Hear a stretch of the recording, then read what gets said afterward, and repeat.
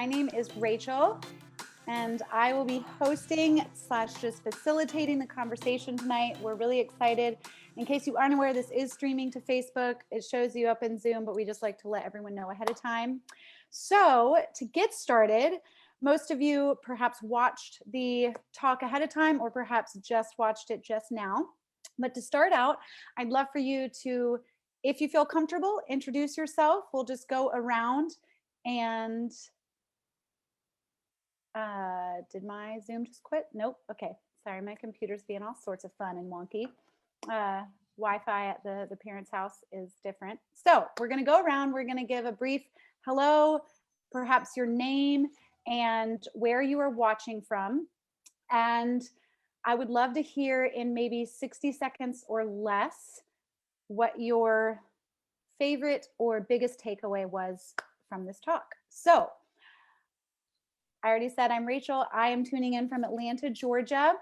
And I'm actually going to let y'all go first since I'm just facilitating and and because I'd love to hear what y'all have to say first. So Anthony, you're already unmuted. How about you go first?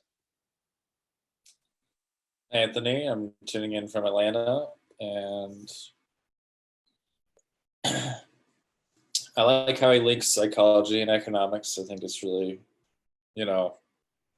humans are emotional creatures, and the majority of decisions we make are based off of emotions. So it makes sense to evaluate the psychological, value or perceived value of what we're doing in order to have the best success and the most likability, I guess, when it comes to business. And yep. Nice. Awesome. Well, next to you on my screen is Brian. So next we'll go to Brian. Hey, yo, Brian, tuning in from good old Colorado, and watching through it, I did it a couple of times just to make sure I was on the ball. But it's really boils down to, when you think about it, it's like perception's power. It's like what you're perceiving in your own reality is what you're then going to act upon. So whether that's real for somebody else or not, that's where you're going to come from. And just being aware of that for you and for other people is really big. Awesome. Okay, next is Hamza, which if you're in a place to share. Yeah, I just won't focus too much on the camera itself. So I'm tuning in from the front seat of my car and, trekking through the Midwest.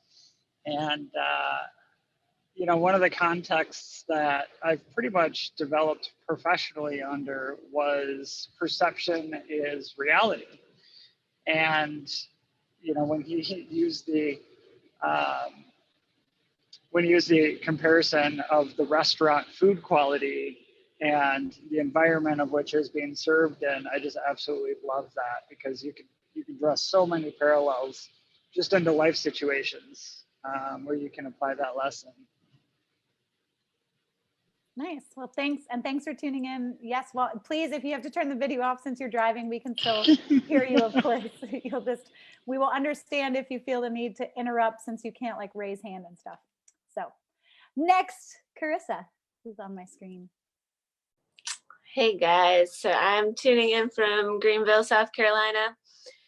I loved the thought-provoking bit of perception-based solutions. So when he was talking about the train and, they spent all this money to do one thing that but there are all these other creative solutions that work based on people's perceptions to solve problems. So I thought that was interesting. That really got my wheels turning about some other things I'm working on. So it was interesting. Nice. I love it. We have so many different locations. How fun. That's the upside. There's a new reframe. The upside to doing so many things remotely these days is more locations, more connections. I'll give my 30-second. I think one of my favorite pieces, perhaps in general, just how he spoke, which makes sense that he was talking about the importance of reframing things. And so Carissa, kind of how you highlighted his mention of psychological solutions versus just economical or just technology. just the fact that he specifically talks about solutions, because one of my personal practices is I don't even like to solve problems. I like to find solutions. So then I'm focusing on the solution rather than the problem. So I just loved that he was an example of practicing what he's talking about, at least in the form of language. So moving forward, I have a rough outline of some questions, but I really would love for the group to guide the conversation as well. But I'll perhaps spark your curiosity with some things that really stuck out. And I'm going to start with relating it to the now. As we know, 2020 has been the year that it has been. So we're still in the pandemic. It's global, it's not just local to any one country or one city. So when he talks about the level of control having such an effect on someone's psychology and the level of control being related to happiness and how much happiness, and he brought it back in with the level of control or lack of control increasing certainty or uncertainty. I would love to, if anybody feels called to share perhaps an experience of yours from 2020 where you perhaps felt lack of control or lack of certainty affecting you. And if it doesn't have to be 2020. And then perhaps maybe when you found yourself actively reframing it and noticing how you were perceiving something and making that shift. So I'm going to leave that one open.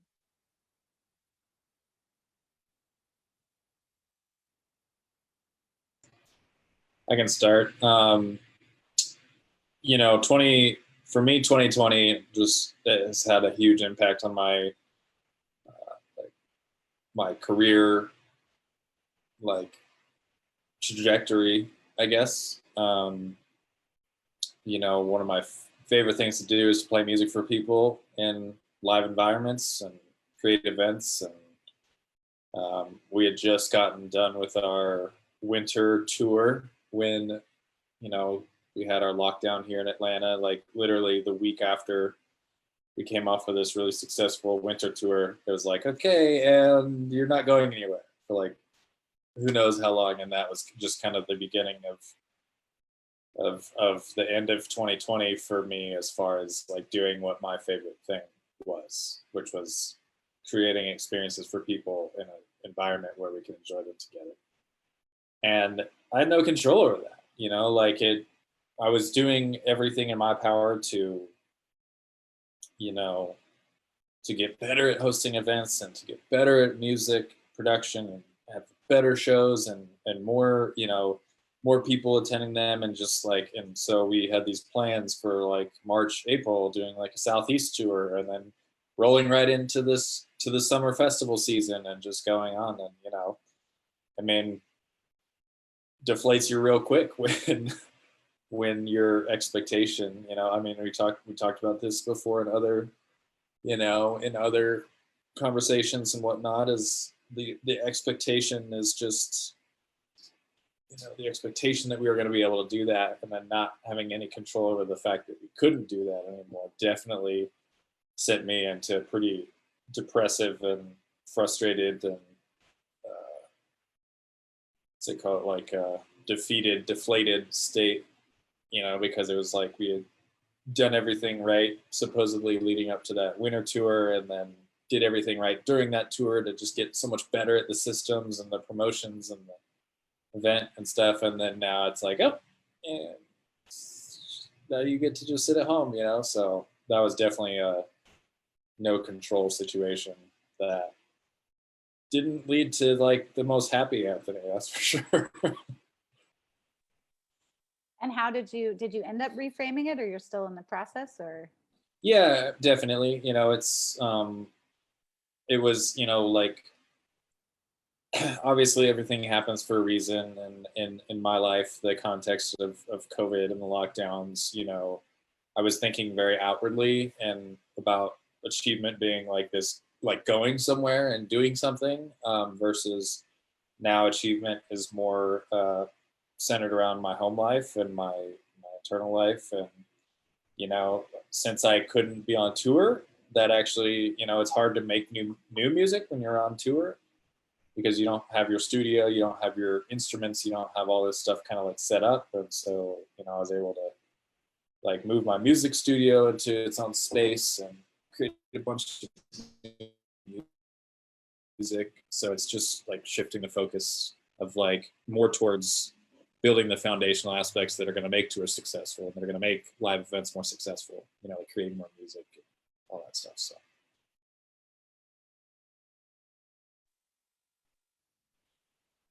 Anyone else want to share?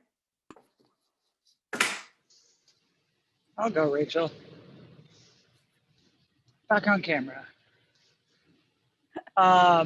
Prior to COVID, a lot of my lifestyle was based around travel and, you know, certain elements of event management. And when everything really started kicking off, before we had any true context to how things were closing and, you know, at what rate they were shutting down and who all would be impacted, you know, I found myself repeatedly with a number of different events, just looking at, you know, was the event going to be canceled? Was it not? Are we doing this? And I realized that I was giving up control of the situation to whoever was planning the event. And really, for most of them, it was a game with the venue, where they were waiting for the venue to cancel so that way they could get their money back. And, you know, sitting in that space, though, it was there was a lot of anxiety around it, because, you know, it was the question of, how do I need to completely reschedule my life? Am I packing? Am I not packing? How long do I need to go? Do I need to front load projects? You know, communicating with clients, blocking off time, there's so many elements to it, just to, you know, 3 days before the event, oh yeah, it's finally canceled. And it's like, oh, whew. So after the third event of playing that game, I finally just, I took control back. And I said, look, they haven't called it by this date. All of the information that I do know about this says the event is not going to happen. There's too many people. There's enough, you know, there's a high enough infection rate in that region. Practically speaking, this is not happening. And so I started making choices of, yep, nope, not happening. And I pulled myself, you know, out of the event team. And it was such a relief, such a sense of power coming back. And that translated actually into a vacation that we were attempting to do in the summer. And it was a very similar thing. The vacation was still happening. The problem was Americans weren't allowed in the country. And so probably a week beforehand, I finally just made the call that we're not getting in. They're not canceling the trip. Again, I'm pulling myself out of here. And then I was free to plan whatever I wanted. And it turned into some like 13-day road trip through the US instead. And I mean, for me, it was just reminding myself of, who have I given the power to, and is it really fair that they hold it? And that's how I've navigated 2020. That's a great way to put it. To just take back control in whatever, perhaps not in all forms, but in whatever way you can.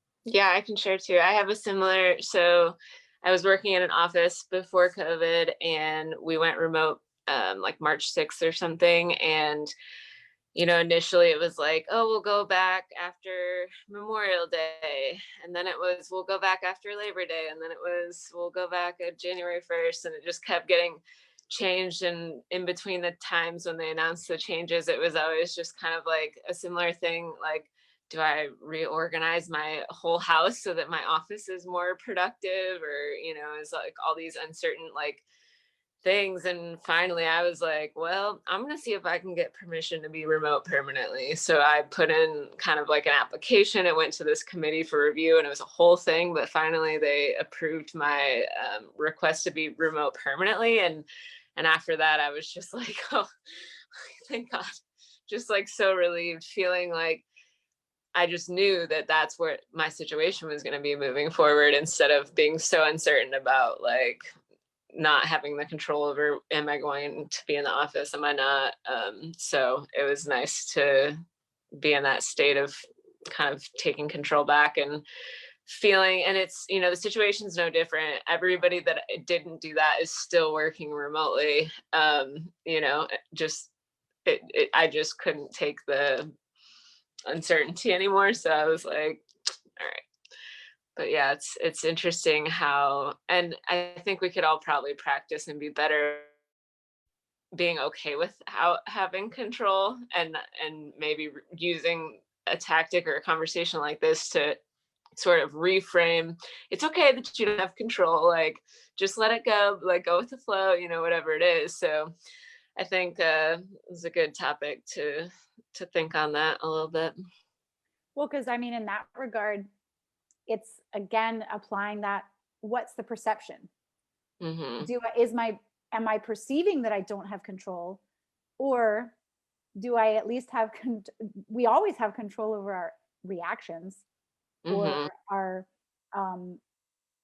like how we're choosing to process something, or and so kind of like Hamza was saying, okay, you can't control the event, you can't control, but what can I control? And even if it's something as simple as like I can control my breath.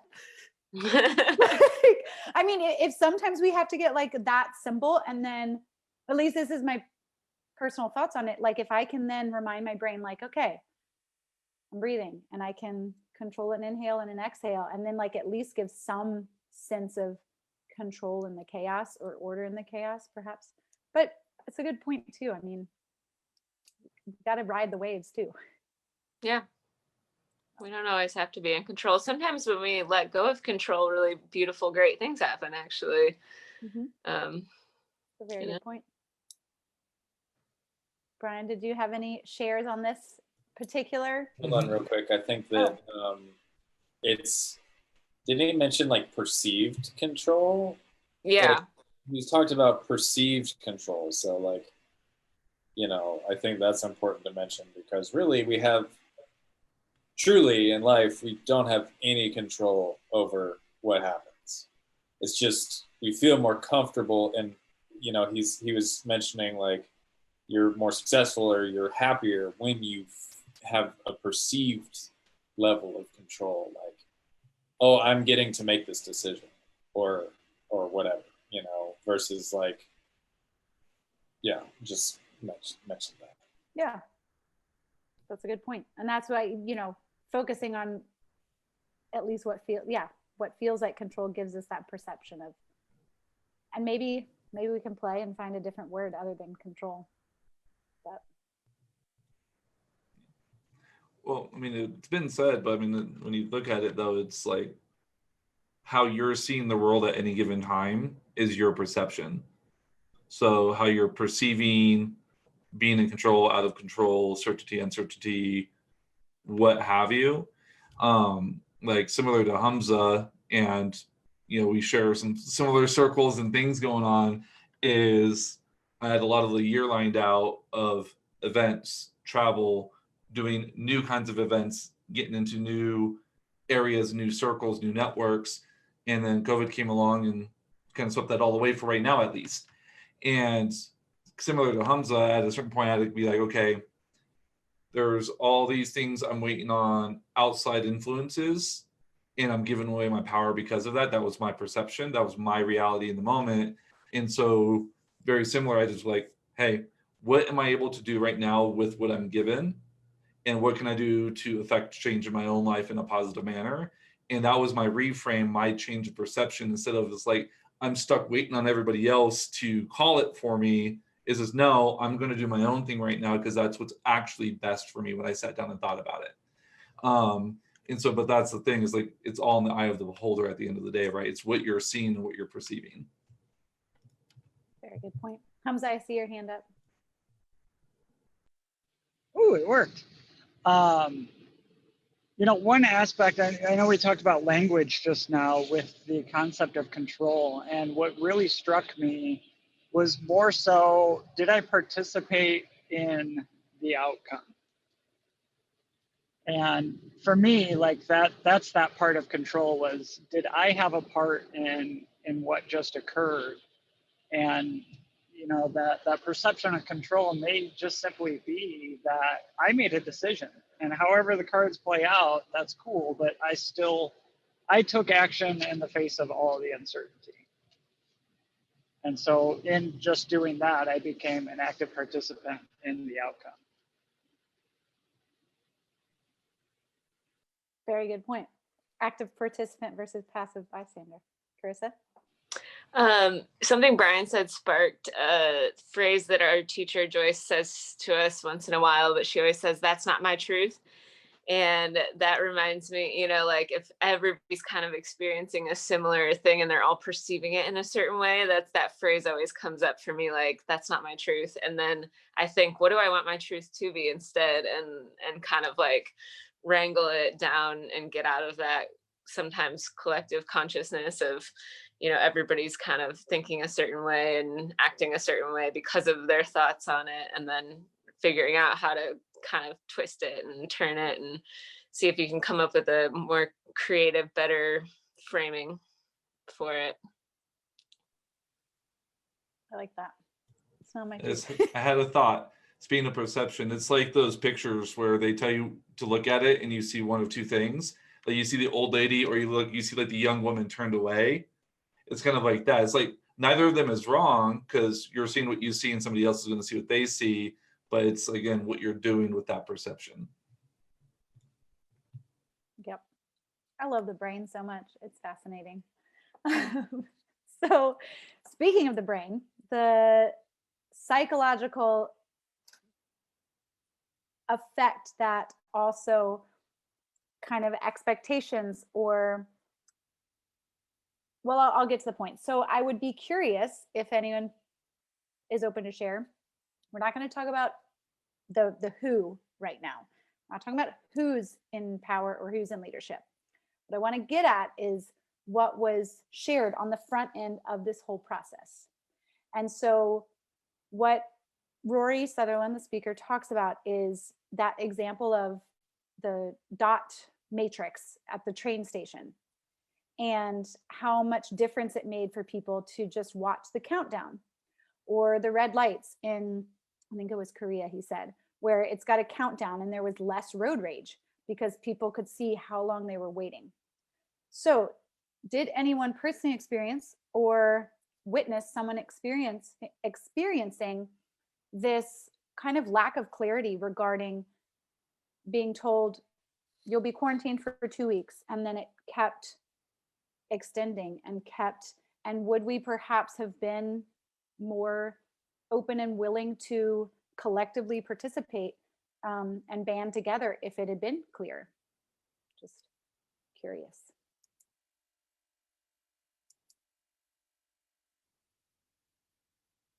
And it's okay if no one. Okay, so since it's crickets, I'm not going to turn my dome light on this time.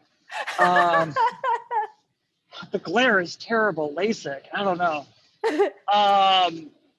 You know, for me, the interesting part was, even though the public was being told one narrative, because I have a background in medicine and I was really looking at just the statistical information that was out there, the inner part of me, yeah, I mean, it was hopeful, like, oh yeah, you know, we got 2 weeks, cool, yeah. And then, you know, the other part of me is like, this is a crock of shit. Like, there's no way this is just going to fade away here in 2 weeks. And when I look at the compliance, oh, good luck on a month even. You know, and so like I had that kind of that play back and forth where like the hopeful part of me was like, yeah, you know, they're on top of this. They know what's going on. And then the other part of me is like, they don't know shit. This is one giant science experiment for the entire world. So who are they to sit here and put a timeline on it? I don't know if that actually answers into your question. It's almost, I'm curious, perhaps that concept of over promising and under delivering versus under promising and over delivering, and how that can affect our, and we don't have to talk specifics right now, just in general, if anyone has experienced that, like the good or the bad or both.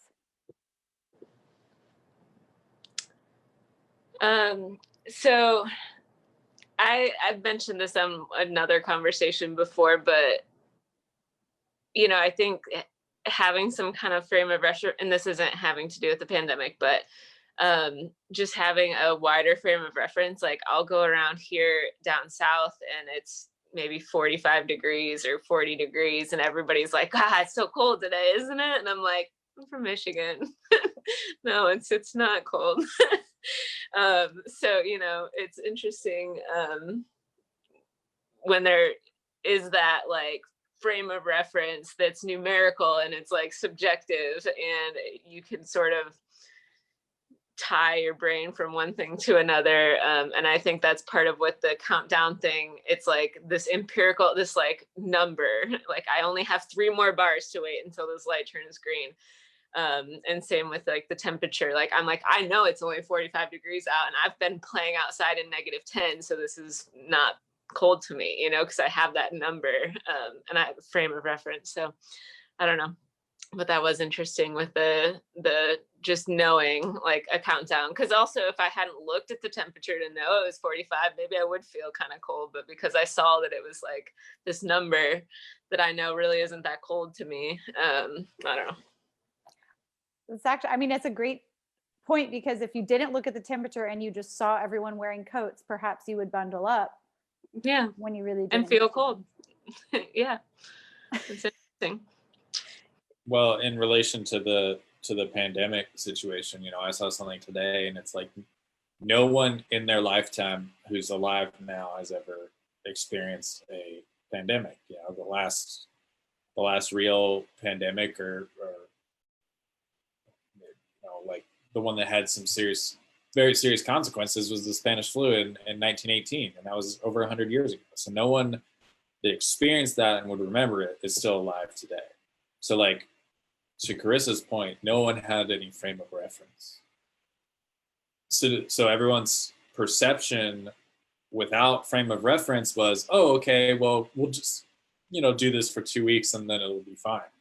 But then, we humans, one of the main pillars that we look to is science, and then science is like, yeah, it's not a good idea to break this lock. It's still not a good. It's still not a good idea. And guess what? It's not a good idea. And like here we are, 9 months later, with all the numbers going up in every category, and and it's like, luckily there's the vaccine on the horizon, but even still, like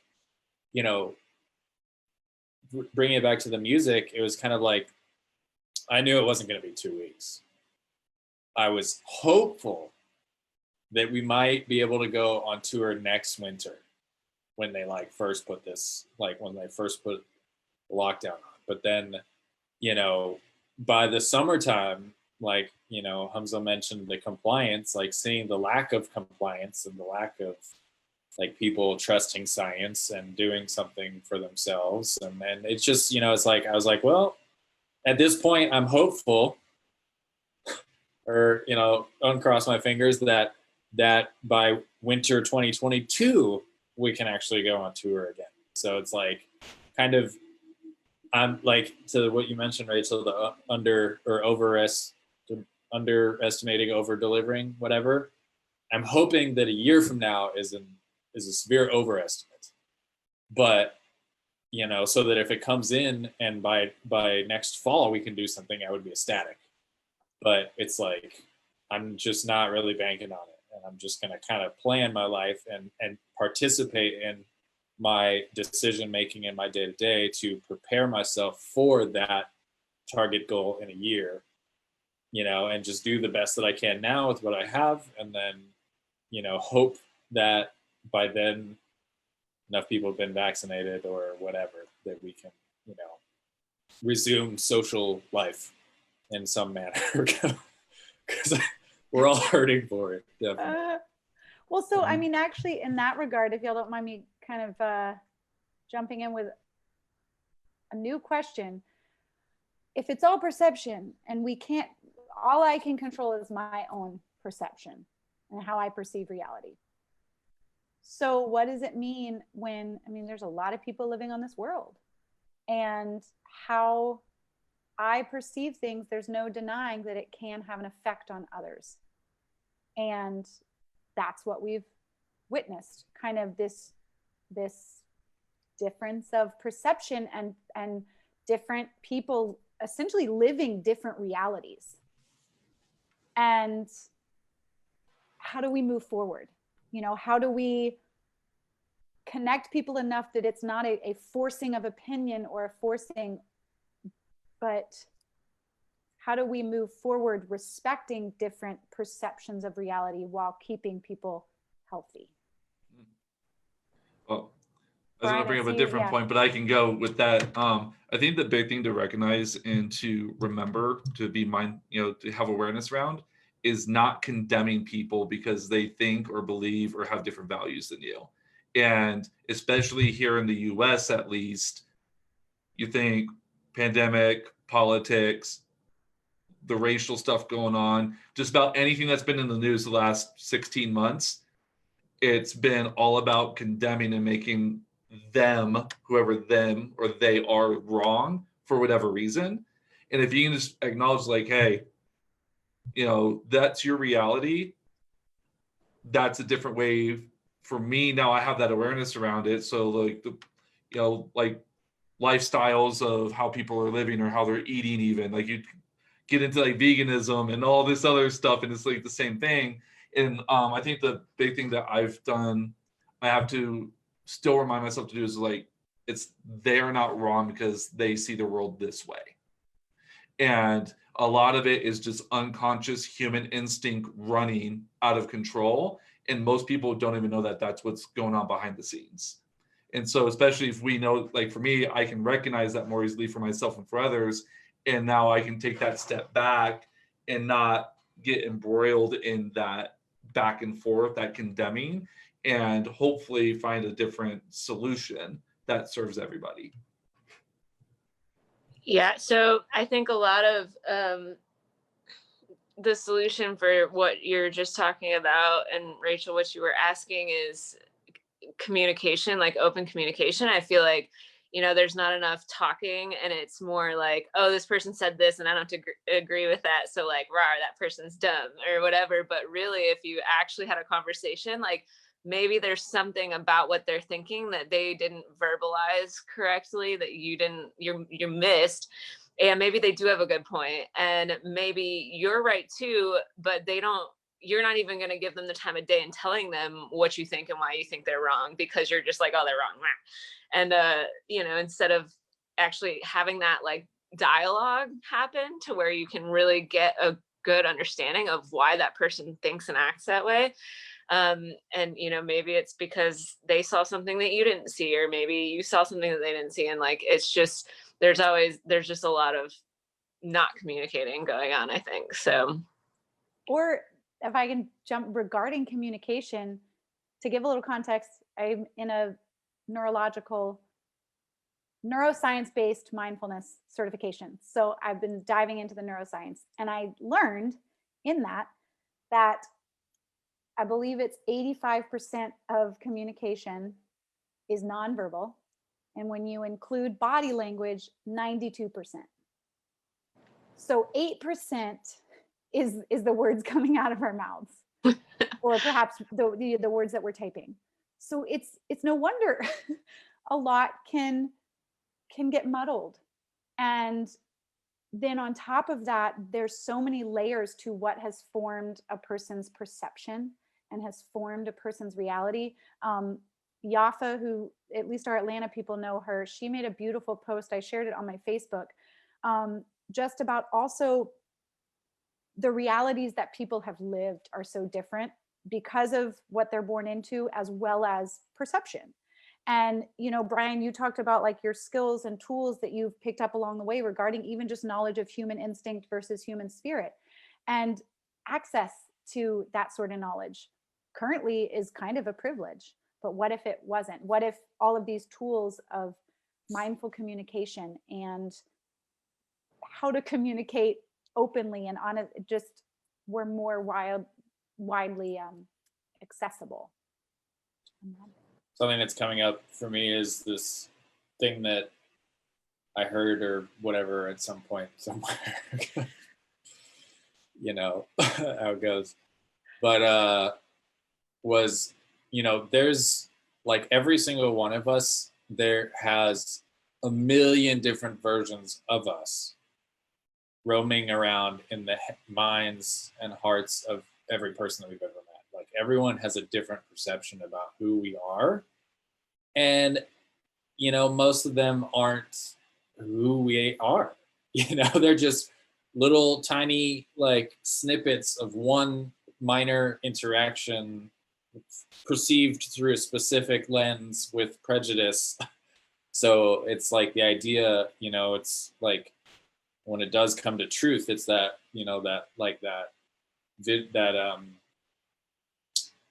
you know, cartoon that's like a square and a circle, but you know, the shape is a square in one direction and it's a circle in the other direction. So both are true. So it's like those little pieces of that might be true, but it's like, you know, it's near impossible to communicate, you know, all of who you are to someone and have them understand it all, you know. So I don't know, that's what was coming up for me today. Well, I mean, and I loved that the speaker, Rory, even opened that. I mean, it was a funny blip, but just the joke about, you know, if you're at a party and simply just want to look out the window and you happen to be standing by yourself looking at the window, you're perceived as antisocial, unfriendly, like what a jerk, like not enjoying the party. But if he's got a cigarette in his hand, I mean, this was an older video, of course, but if he's got a cigarette, he's a philosopher. It's just, it's funny, but true, just how I would honestly have a different perception because I don't like smoking, but that's a point right there, you know?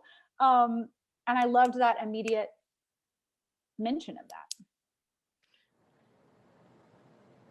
Yeah, I was just talking to my friend Jose, and I don't know how we got on this topic, but he lives in LA, and he mentioned about how like he can go shopping on Rodeo Drive or whatever if he's like dressed in, you know, nice clothes and jeans and designer sunglasses and, you know, looking all fresh. He gets all this attention at the store and all these salespeople are all like all over him. But if he were to go in like sweats and tennis shoes and kind of disheveled looking, like nobody will look at him, give him the time of day, but he has the same amount of money either way, you know? So, and he's going to buy whatever he's going to buy regardless of what he happens to look like that day. So it's interesting, you know. It's funny. I mean, I don't know how many of the men on here have seen Pretty Woman, but that exact thing happens. I mean, it's like such an epic scene when Julia Roberts goes shopping on Rodeo Drive, Yeah, still in her escort attire, and gets turned away and then gets accepted at a different store, and she gets to go back and rub it in the other store's face like, don't you work on commission? Look what you just missed out on, simply because they chose to judge based on appearance. And it's, yeah, based on their perception. So, okay. Ooh. Okay. So what's coming up now is for me is the idea of like, you know, of sight being such a small, tiny fragment of the electromagnetic spectrum. And there's all these things that are happening, you know, that are happening all around us all the time, vibrationally, that we can't see or perceive.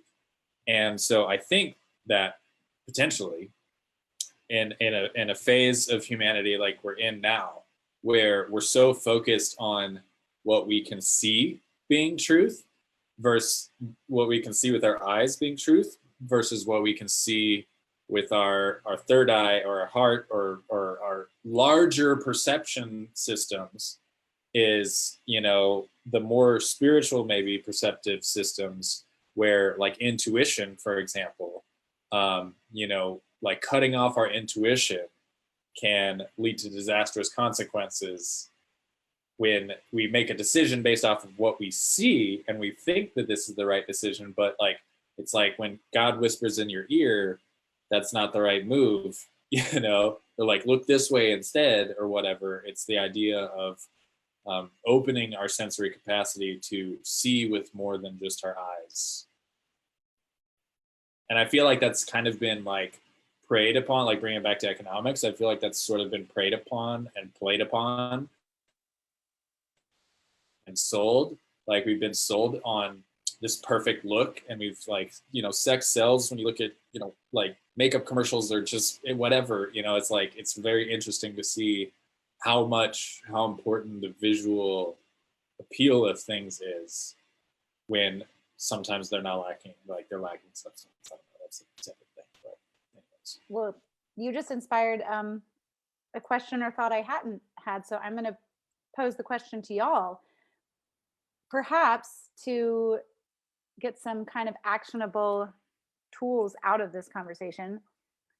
You're talking about, Anthony, you know, sight is just one level of perception, and there's all these other ways to perceive. So I would be curious if all of you might share one or a few tools or techniques, if you have them and they're shareable, for how you increase your level of perception, or maybe not increase, expand your ways of perceiving. Another way to word it would perhaps be become more aligned in all your ways of perceiving so that your perception is clearer and you can trust it.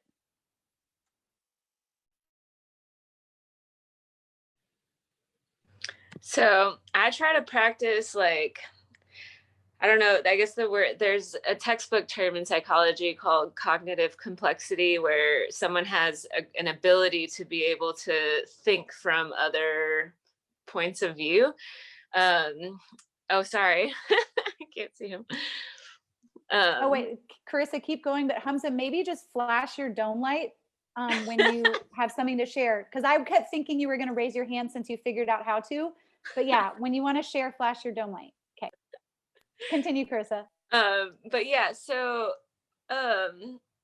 just trying to get out of like my own natural reaction or thought or perception of things, and like try to jump to other, like, okay, what is this person's viewpoint and what are they probably thinking, or what could they possibly have going on that I don't know about, and like just kind of do some cognitive leaping and to look at it from different angles and different perspective and viewpoints. You know, like sometimes I take like nature photography just for fun, and it's so fascinating how much different a shot can change from when you're just like straight on with the camera versus if you get down on your knees and like glance up at it, or, you know, you just like turn something in a funky way, and how different and how much more beautiful the photo can be. So that's like something that I try to practice, is like moving around and getting different angles of it and different views. Sorry, Hamza, go ahead.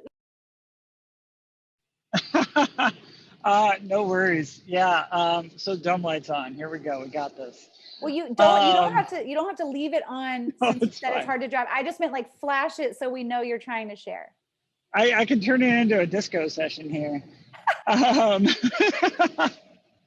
No, you know, I love Carissa, what you just shared, because today I was doing interviews, and I think I interviewed 18 people for 6 slots. And, you know, one of the things that came up was some of the answers that were being shared with us. At face value, you go, well, that was kind of weird. Like it didn't seem to match what we were expecting as a response. And as we started talking about it,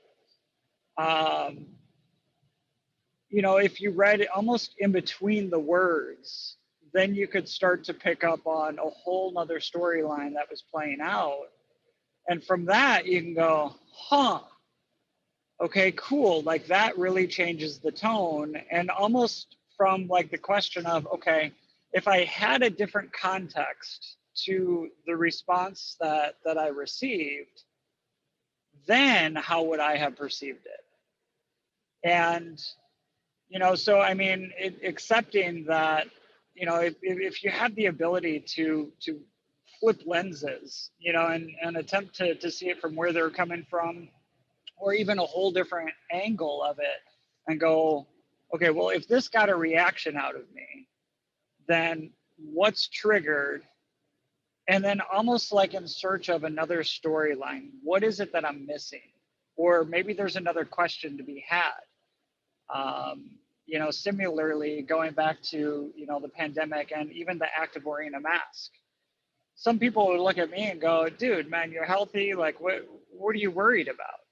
Well, what they don't know is that I'm in close proximity to two people that are relatively at risk, another person that's very much at risk. And most people don't even know that I have a, you know, underlying medical condition that, if I had complications, could dramatically impact the outcome of my reality.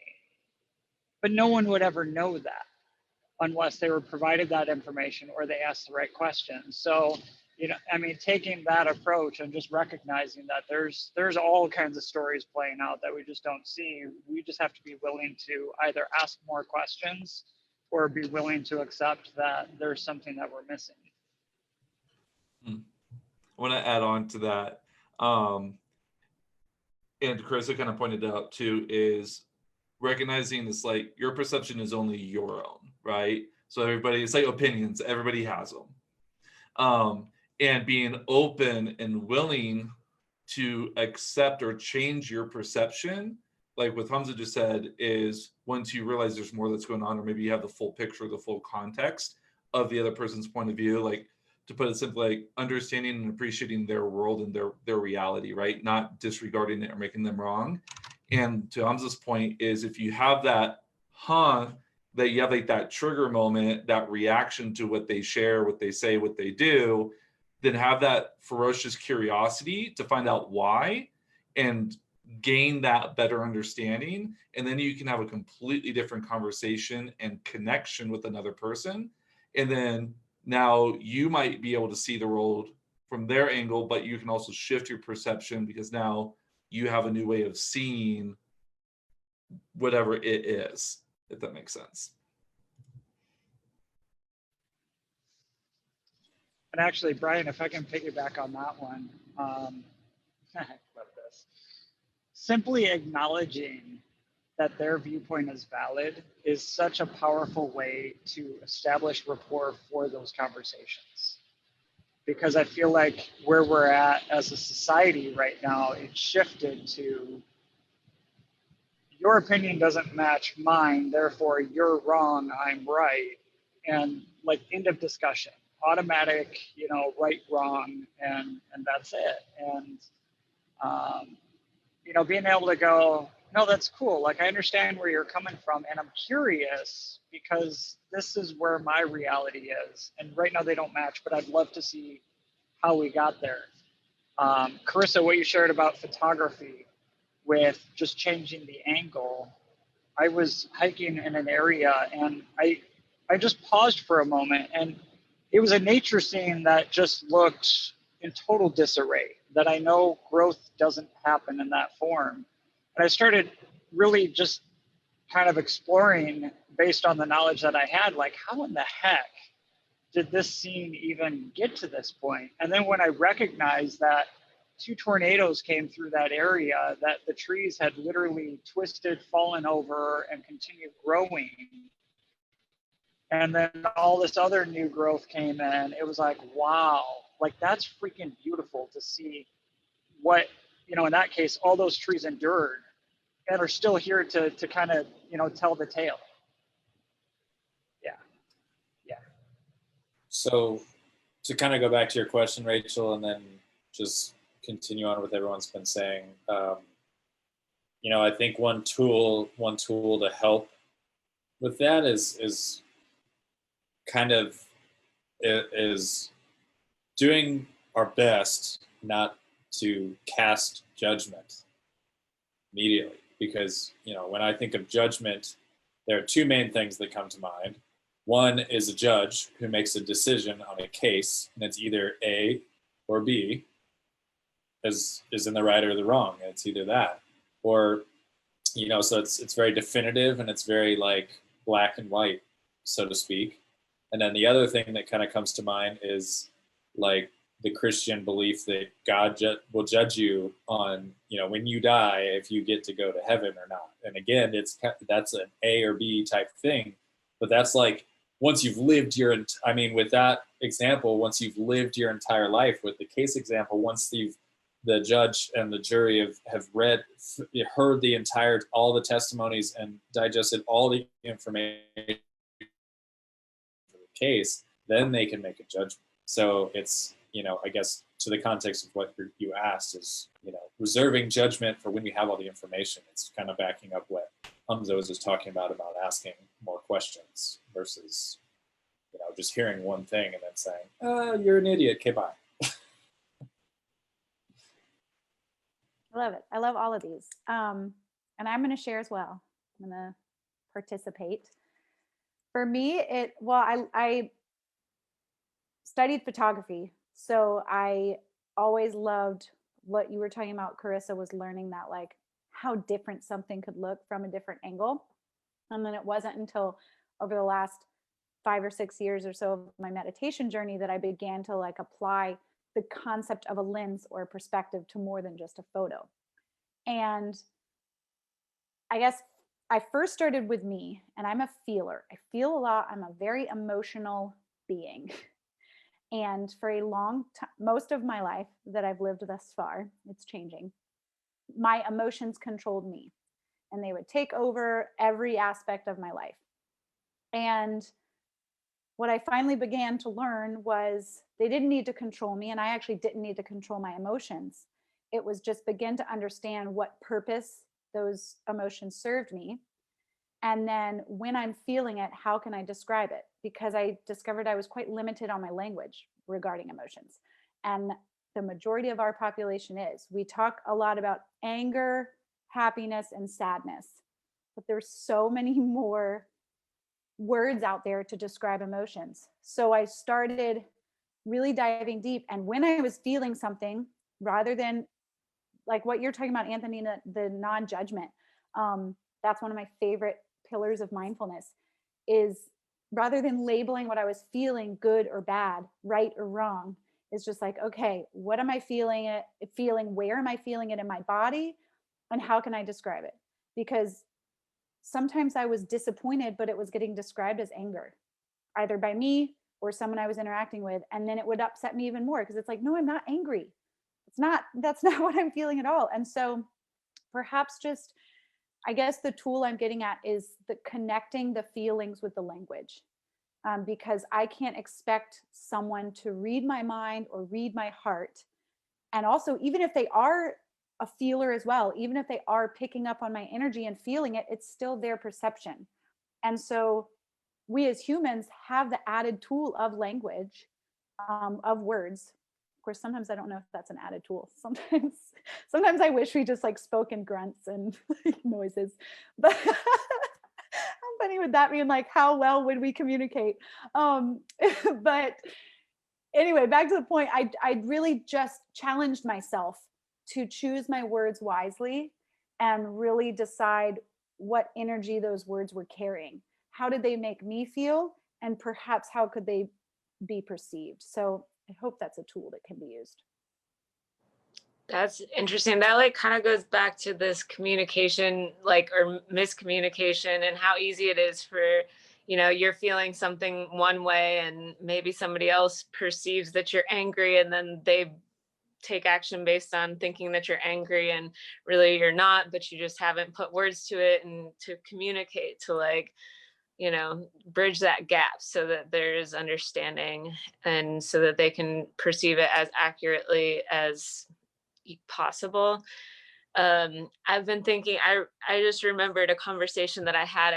I was in college, and I don't even know why it got brought up, but somebody was talking about color and about how, you know, it's possible that my blue is like I call this color blue because it's always what I know to be blue, but maybe Rachel actually, this is like orange to her, but she calls it blue because that's what they told her to call it. But I don't know. And unless I get in her eyes to like look out and see, like, I have no idea. She could always be seeing blues, could always be orange, and oranges could always be blues, but I wouldn't know because I don't see through her eyes.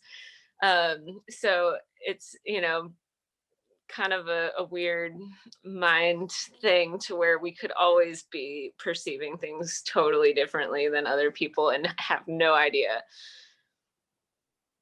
That's true.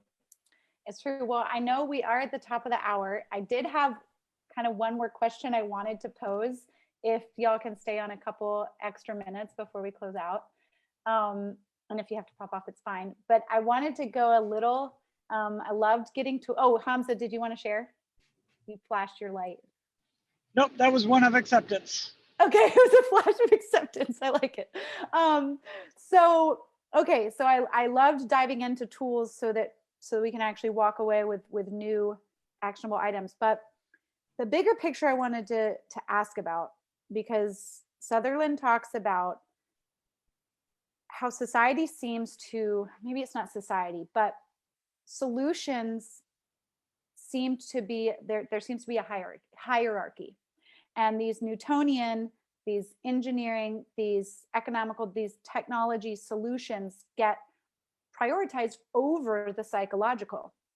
And the reason I still wanted to ask this question is because Anthony, at one point in the conversation, you mentioned what important of a pillar science is to the modern world. And it is, however, science states it's not some of the time or most of the time that emotions make decisions over logic. It's all of the time. I don't have the neuroscience in front of me, but it's literally emotions are what make us act. I forget what part of the brain, but emotions supersede logic. So if that's the science behind it, then why are we not including the psychological science of solutions more inclusively, and that sweet spot that he talks about? We may not have the answer, but I'm posing it. I think what it really boils down to is like, what's the end goal for any given person or organization? And when you look at big industry, whether it's oil and gas, pharma, whatever, there's a profit bottom line, and they have the science that if they produce or create or advertise said product a certain way, then that for an individual triggers certain emotions, which makes them buy. So I think they are tied together. It's just the way we're perceiving where that is in our reality. Because if a corporation's there to make money at the end of the day, that's what they're going to cater their stuff to. That's how they're going to design it to create that profit. Whereas if we're trying to come from a holistic of like, what's the impact to the environment or the individual, that may not necessarily be what they care about. And as such, when they're doing economic and technology, they're not worried about the psychology behind it, unless it's how do we make more money from the consumer, if that makes sense. It definitely makes sense. I'll challenge you though, and perhaps Sutherland doesn't provide all the information, because like you said, regarding maybe the company has the science to back, if X is advertised, we'll see more buying, because he brings up the Eurostar. They spent £6 billion to decrease the duration of the trip by 40 minutes. And for, what was it, like 0.1% of that, they could have put Wi-Fi on there and said, yes, it's still the same duration, but it's more enjoyable. You can still get work done. So perhaps people's commutes, I'm playing devil's advocate here, because they could still spend, because I get it, you can't get back time. And so those 40 minutes each way may mean dinner at home with the family. But perhaps if they have to be on the train, but can at least get work done, they can leave the office earlier to still get, just playing with that. Because he brought up that, yeah, go ahead. I think it has to do with what I was mentioning earlier, where it's kind of a human societal failure, in my view, of where we are prioritizing things like profit, and we are deprioritizing things like emotion. You know, children, boys, when they're children, are told men don't cry. And so for their whole life, they were, if they did cry, they'd be seen as a wuss. And they didn't want to be seen as a wuss. So they didn't cry. So they didn't allow themselves to feel. They didn't allow their emotions to flow. So we bottled up emotions and we focused instead on what other people told us we should versus tuning in with our true self and what we feel internally. And I think that that's been to the detriment of society because of that, you know, even, you know, think about how many corporations have shady business practices, exploitive business practices, and everyone working for that corporation on some level is okay with that. They're, regardless of, you know, it's like, it's this really interesting paradigm where it's like they need money to feed themselves and put a roof over their head and take care of their family, but at the sacrifice of the planet or people working for extremely low wages in other countries or, you know, whatever. I think that like shutting down emotions from early childhood age is at a massive, massive detriment on society as a whole and our ability to feel and our ability to process and our ability to make decisions based off of our emotions and how we truly feel.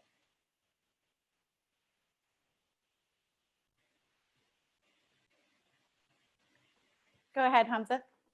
Thank you, Anthony. Sorry, I had to let the cat in. I was distracted. It's such an interesting topic because I see the aspect that advertising really is playing on emotions because they're telling us how to feel about a certain product in the hopes of buying. So it's almost like it's being manipulated for the corporate gain.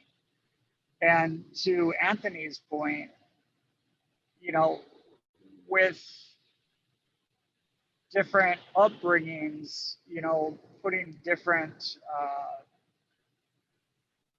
well, interpretation or value on emotions, that also makes us susceptible for that manipulation. Because if we don't know how to deal with them, and we're always told one thing, but now we're being inundated with information telling us that no, we should feel a certain way about something, then it kind of puts us almost like into a tailspin because people just don't know how to process what they're being told for one, you know, and then what they're feeling for another. And it is almost like a disconnect, but where it is being used is for a lot of corporate gain,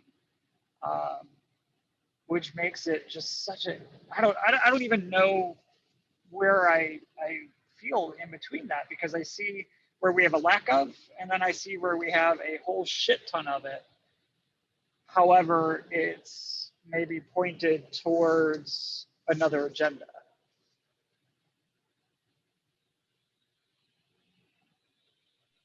It's a good point. It's a good flip that perhaps they are using emotion, but to guide the decision. I didn't think about it that way. Yeah, I mean, that's definitely happening, you know, like when you talk about the colors of McDonald's stimulating your hunger, like that is all very scientific and that's all whatever. What I was talking about was more, you know, the remorse or lack of for, you know, corporations that are pillaging, you know, the planet and society and stuff. And, you know, just generally corporations and stuff aside, emotional intelligence is not a priority. It's not taught in schools. You know, a lot of parents don't even have any clue how to help their children to teach that. So I think that ultimately emotional intelligence is one of the things that could benefit all of us in society the most, you know? Well, and it would increase that perception awareness that, you know, increased emotional intelligence can increase my own awareness of my own perception as well as willingness to understand to the best of my ability, others' perceptions of their reality. So One thing I wanted to add on to that, like a tool, like practicing, is even if it's just for you, is just asking yourself, am I open to hearing somebody else out? Like, am I even available to see or hear or take on somebody else's perspective in whatever context? Because if you're not even available for that, then it's not even going to happen. But if at least you start with the awareness of it, like, hey, nope, not even going to happen, that's at least a place to start from. And then as we grow and we learn and we create that awareness for ourselves, then that door can maybe open. Because for a lot of us collectively, we've got a lot of practice and time and effort and energy and different ways to do it learned over the years. Not everybody does. So yeah, I think, yeah, just even questioning your own reality perhaps could be a great way to start. well, and I love in response to that, asking, am I able to hear another perspective right now? The neat thing is, with the practice of non-judgment, is I can say no. Yeah. I don't have to have the bandwidth. And so there's, yeah, man, we could go You go deep on that. We could. But and to the communication pieces, if you're not in a space for it, like if you're not available emotionally, spiritually, whatever, just let somebody know, it's like, I'm not available to have that conversation right now. We need to shelf it or put a pin in it. And at least that way you're respecting yourself because you're being real for you, but then you're honoring the other person by at least letting them know. And whatever they do with that, that's then on them, right? So just throw that in there at the end. Anthony, I saw you unmute. Did you want to add something? Okay. Well, with that, we'll close it out. This was another awesome community conversation, the last of 2020. I am inspired by the groups of people that continue to show up. And tonight I feel just inspired that these tools of emotional intelligence, and actually I do want to drop a friend of mine, Celine Williams, follow her. She has a book, I think it's published now, called Remotional Intelligence. So she's a very experienced remote worker and works with remote companies. And with the shift in our reality, remote emotional intelligence is a whole nother ballgame. But there are tools out there. There are some mindfulness practices to increase emotional intelligence, and it all relates to this perception and just willingness to understand and appreciate someone else's world. But thank you all for tuning in. An update, these are going to, for sure, 100% be the last Wednesday of every month at 8 p.m. Eastern Standard Time. We have a new Vibe Hive contributor that will be facilitating these. We'll be announcing that very soon, but it's a familiar face for those of you on here. But we're gonna work, I don't wanna say work hard. We're gonna work fun. We're gonna play hard at having the topic early in the month so that y'all have all month to really ruminate on it, marinate on it, put it in the smoker, whatever you do, and feel it out. And then last Wednesday of the month, 8 p.m. We have some other good things cooking. If you want to get updates, Vibe Hive does have a quarterly newsletter, so we're really only sending you 4 emails a month. If you want to join our Patreon, or not 4 emails a year, 4 emails a year, quarterly. We also have our Patreon, Vibe Hive Patreon. That's at patreon.com/Vibe Hive, where we post all of our events and stuff. Every Sunday at 8 p.m. Eastern is our scripting class, our mindful manifestation class. That is a great one to attend. Carissa, she did text me goodbye to everyone, her phone died. So, but she and Anthony co-lead that every Sunday, 8 p.m. The link is bit.ly/Vibe Hive manifestation, which I'll hop in Facebook when this is over and drop these links. And I think that's about it. We're gonna add a lunch break, weekly lunch break mindfulness on Wednesdays for those of you that aren't able to do evening stuff. And that'll be at the lunch hour at 12 p.m. Eastern time. And yeah, just keep an eye on the page. We love the support. These community conversations have been a blast, an alternative to book clubs. And that's all I got for you. Happy Wednesday. And Happy New Year. And we'll see Happy you. New Year! We'll see you Switch. next year. Okay, we'll see you next year. All right, y'all. Peace Take out. care. Thank you. Bye. Adios.